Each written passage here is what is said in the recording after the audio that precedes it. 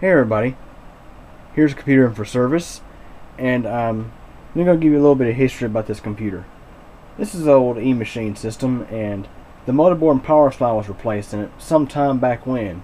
It was done by another technician, and the only thing I've done to this thing other than the reinstall Windows I'm doing to it today was I replaced the power supply. So this thing has had the power supply replaced twice.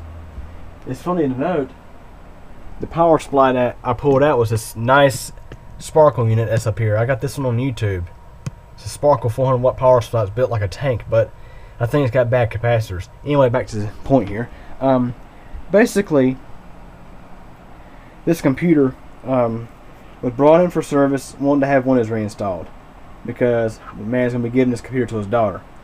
And I noticed that the computer was performing very slowly, even after reinstalling Windows. And as I was installing programs, everything was getting very sluggish, and I pulled up Windows Task Manager and noticed that the CPU was wide open. So I happen to have a 2.4 gig Pentium 4 CPU here, so I offered to install it for the man for $20. I mean, this is a CPU that I pulled out of an old failed computer, and I just want to show you guys a shady CPU replacement job here. As I mentioned, the motherboard and power supply in this computer was replaced, but the original CPU was carried over, the 2 gig Celeron. And just want to show you guys an improper way of replacing your replacing your CPU.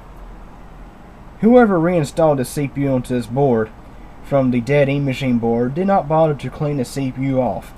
If you look carefully, you can see two shades of thermal paste. There is some gray paste, that was the original, and there's some white paste. That is improper. You are supposed to properly clean the CPU and everything, CPU and heatsink, before reapplying thermal paste. So yeah, have a look at the heatsink. It's the same way. There's some white paste and you can see the gray paste. I figured I'd just share that with you all. And this computer has been running like that for quite some time now. At least this was a 2 gig Celeron, a relatively cool running CPU.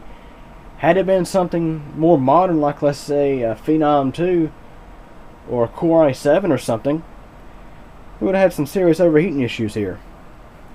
So anyways, yeah, I gotta end this video quick because I gotta get this thing done. So anyways, any questions or comments, feel free to ask them. Thanks for watching.